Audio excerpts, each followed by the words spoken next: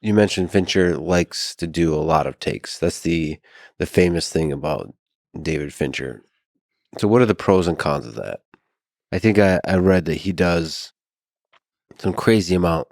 He averages 25 to 65 takes, and most directors do less than 10.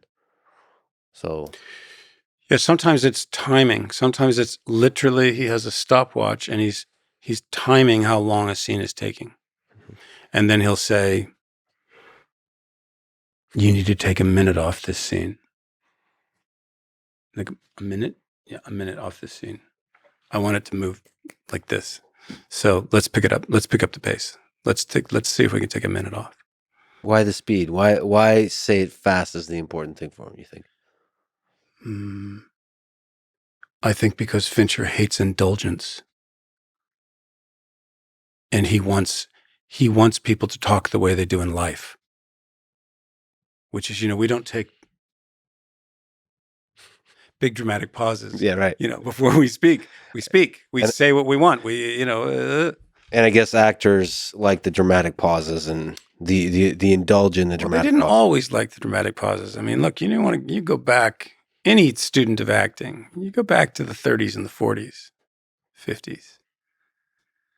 The speed at which actors spoke, not just in the comedies, which, of course, you look at any Preston Sturges movie and it's incredible how fast people are talking and how funny things are when they happen that fast. But then, acting styles changed. We got into a different kind of thing in the late 50s and 60s.